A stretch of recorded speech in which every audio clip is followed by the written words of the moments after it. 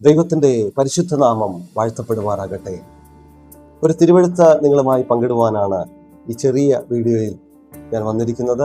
റോമാലേഖനം 8-ാം അധ്യായം 28-ാമത്തെ വാക്യം നിങ്ങൾക്കായി ഞാൻ വായിക്കുന്നു. എന്നാൽ ദൈവത്തെ സ്നേഹിക്കുന്നവർക്ക് നിർണയപ്രകാരം വിളിക്കപ്പെട്ടവർക്ക് തന്നെ സകലതും നന്മയ്ക്കായി കൂടി വ്യാപരിക്കുന്നു എന്ന് നാം അറിയുന്നു. ദൈവങ്ങളെ, ഈ വചനം കേട്ടുകൊണ്ടിരിക്കുമ്പോൾ തന്നെ വിശ്വസിക്കുവാൻ തയ്യാറാകണം. സകലതും നന്മയ്ക്കായി കൂടി വ്യാപരിക്കുന്ന ഒരു ദൈവ സാന്നിധ്യമുണ്ട്. നമ്മുടെ ജീവിതത്തിൽ ചെറുതും വലുതുമായിട്ടുള്ള എല്ലാ സംഭവങ്ങളും നമ്മുടെ നന്മയ്ക്കായിട്ട് ദൈവം ഒരുക്കുന്നുവെന്ന് വിശ്വസിക്കുവാൻ തയ്യാറായിക്കൊണ്ട് ഈ വീഡിയോ കാണുന്നവർക്കായി ഞാൻ ദൈവത്തെ സ്തുതിക്കുകയാണ്. ഒരു ഗ്രാമത്തിൽ തോമസ് എന്ന് പറയുന്ന ഒരു മനുഷ്യൻ താമസിച്ചിരുന്നു. ദൈവത്തെ സ്നേഹിക്കുന്ന മനുഷ്യനാണ്, പ്രാർത്ഥിക്കുന്ന മനുഷ്യനാണ്, എല്ലാവരോടും സമാധാനത്തിൽ പോയിക്കൊണ്ടിരുന്ന ഒരു വ്യക്തിയാണ്, എല്ലാവരോടും സൗമ്യമായി പെരുമാറുന്ന ഒരു വ്യക്തിയാണ്. എന്നാൽ തൻ്റെ ജീവിതത്തിൽ ഒരു ദിവസം ഒരു സംഭവം സംഭവിക്കുവാനിടയായിട്ടുണ്ട്. സംഭവം മറ്റൊന്നുമല്ല, തനിക്ക് ഏക ആശ്രയമായിരുന്നു, ഏക വരുമാന മാർഗമായിരുന്നു തൻ്റെ കട. അത് തീപിടിക്കുവാനിടയായിത്തീർന്നു. അത് മുഴുവനായി കത്തി നശിക്കുവാൻ ഇടയായിത്തീർന്നു. നോക്കി, വളരെ നിരാശനായ തോമസ് അദ്ദേഹത്തിൻ്റെ ജീവിതത്തിൽ തൻ്റെ ഏക വരുമാന മാർഗം നഷ്ടപ്പെട്ടപ്പോൾ ദൈവത്തെ സ്നേഹിച്ചിരുന്ന, പ്രാർത്ഥിച്ചിരുന്ന മനുഷ്യന് ഇപ്പോൾ പ്രാർത്ഥിക്കുവാനുള്ള മാനസികാവസ്ഥയൊക്കെ നഷ്ടപ്പെട്ട അവസ്ഥയിലാണ്. തൻ്റെ ജീവിതത്തിൽ സംഭവിച്ചത് നന്മയ്ക്കായി കൂടി വ്യാപരിക്കുമോ എന്ന് പോലും സംശയിക്കത്തക്ക നിലവാരത്തിൽ തൻ്റെ പ്രാർത്ഥനാ ജീവിതം പോലും മുന്നോട്ട് പോകുവാൻ സാധിക്കാതെ, ദൈവത്തെ സ്നേഹിക്കേണ്ടതുപോലെ സ്നേഹിക്കാൻ പറ്റാതെ വളരെ നിരാശനായി തോമസ് മുന്നോട്ട് പോയിക്കൊണ്ടിരിക്കുകയാണ്. എന്നാൽ ഒരു ദിവസം തൻ്റെ ഗ്രാമം വിട്ട് താൻ മുന്നോട്ട് ജീവിക്കുവാൻ വേണ്ടി മറ്റൊരു സ്ഥലത്തേക്ക് താൻ തൻ്റെ ജോലിയുമായുള്ള ബന്ധത്തിൽ പുതിയൊരു ജോലി തേടിയുള്ള യാത്രയിൽ താൻ തൻ്റെ ഗ്രാമം വിട്ട് താൻ അയൽ ഗ്രാമത്തേക്ക് സഞ്ചരിക്കുവാനിടയായിത്തീർന്നു.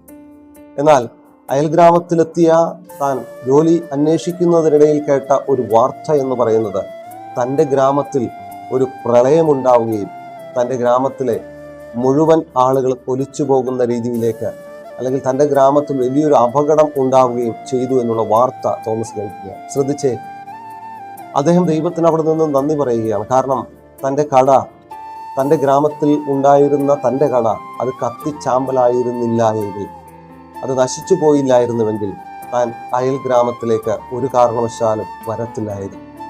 അദ്ദേഹത്തിൻ്റെ കട കത്തി നശിച്ചത് കൊണ്ടാണ് താൻ ആ വെള്ളത്തിൻ്റെ പാച്ചിലിൽ, അല്ലെങ്കിൽ ആ ജലപ്രളയത്തിൽ താൻ ഒലിച്ചു പോകാതെ താൻ മറ്റൊരു സ്ഥലത്ത്, മറ്റൊരു ഗ്രാമത്തിൽ വളരെ സുരക്ഷിതനായിരുന്നു. എന്നെ കേട്ടുകൊണ്ടിരിക്കുന്ന സഹോദര, സഹോദരി, പിതാവേ, മാതാവേ, സകലതും നന്മയ്ക്കായി കൂടി വ്യാപരിക്കുന്ന ഒരു ദൈവ സാന്നിധ്യമുണ്ട്. ഈ സന്ദേശം കേട്ടുകൊണ്ടിരിക്കുമ്പോൾ തന്നെ നിശ്ചയമായും മനസ്സിലാക്കണം, ഇന്ന് ഏതെങ്കിലും ഒരു കണ്ണുനീർ താഴ്വരയിലൂടെ കടന്നു പോവുകയാണെങ്കിൽ, ഏതെങ്കിലും വിഷമമുള്ള ഒരു ഘട്ടത്തിലൂടെ കടന്നു പോവുകയാണെങ്കിൽ, എന്തുകൊണ്ട് ദൈവം എൻ്റെ ജീവിതത്തിൽ മാത്രം ഇങ്ങനെ അനുവദിക്കുന്നു എന്നുള്ളൊരു ചോദ്യവുമായി ഇരിക്കുന്ന വ്യക്തിയാണെങ്കിൽ നിശ്ചയമായും ഈ വചനം നിങ്ങളുടെ ജീവിതത്തിൽ ഇന്ന് വ്യാപരിക്കും. ദൈവത്തിൻ്റെ മാറ്റമില്ലാത്ത വചനത്തിൽ പറയുന്നു, വിശ്വസിക്കുന്നവരുടെ മേൽ വ്യാപരിക്കുന്ന ദൈവത്തിൻ്റെ പരിശുദ്ധാത്മാവെന്ന് പറയുന്ന ശക്തി, ആ ശക്തി ഈ സന്ദേശം കേട്ടുകൊണ്ടിരിക്കുമ്പോൾ ഈ വചനത്തോടുകൂടെ നിങ്ങളുടെ ജീവിതത്തിലേക്ക് വെളിപ്പെടുമ്പോൾ ഒന്ന് വിശ്വസിക്കുവാൻ തയ്യാറാണോ?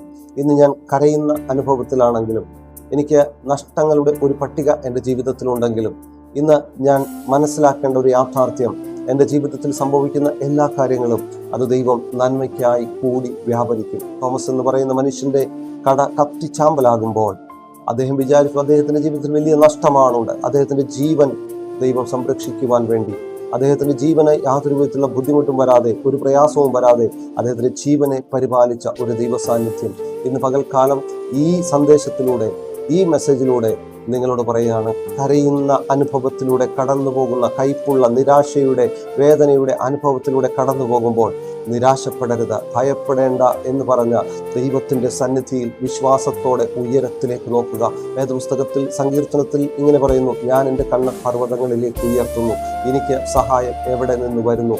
ആകാശവും ഭൂമിയും ഉണ്ടാക്കിയ യഹോവയിൽ നിന്ന് എൻ്റെ സഹായം വരുന്നു എന്ന് വേദപുസ്തകം നമ്മളെ പഠിപ്പിക്കുമ്പോൾ നമ്മുടെ കണ്ണ് നമുക്ക് പർവ്വതങ്ങളിലേക്ക് ഉയർത്തി നോക്കാം. യഹോവ നമ്മുടെ സഹായകനായി ഇറങ്ങിത്തിരിക്കും. ഇന്ന് ഈ പകൽക്കാലം ഈ സന്ദേശം കേട്ടുകൊണ്ടിരിക്കുമ്പോൾ തന്നെ നിങ്ങളുടെ ജീവിതത്തിൽ നന്മയ്ക്കായി കൂടി വ്യാപരിക്കും ഒന്ന് പറയുവാൻ സാധിക്കണം. എൻ്റെ ജീവിതത്തിൽ ഇന്ന് ഞാൻ കാണുന്ന എല്ലാ ഇൻസിഡന്റുകളും, എല്ലാ സംഭവങ്ങളും എൻ്റെ ദൈവം നാളെയുടെ നന്മയ്ക്കായി കരുതി വെച്ചിരിക്കുന്നു എന്നുള്ള വലിയ വിശ്വാസത്തോടെ ഇന്നത്തെ ദിവസത്തെ അതിജീവിക്കട്ടെ. ദൈവം നിങ്ങളെ എല്ലാവരും സഹായിക്കട്ടെ. God bless you. ആമേൻ.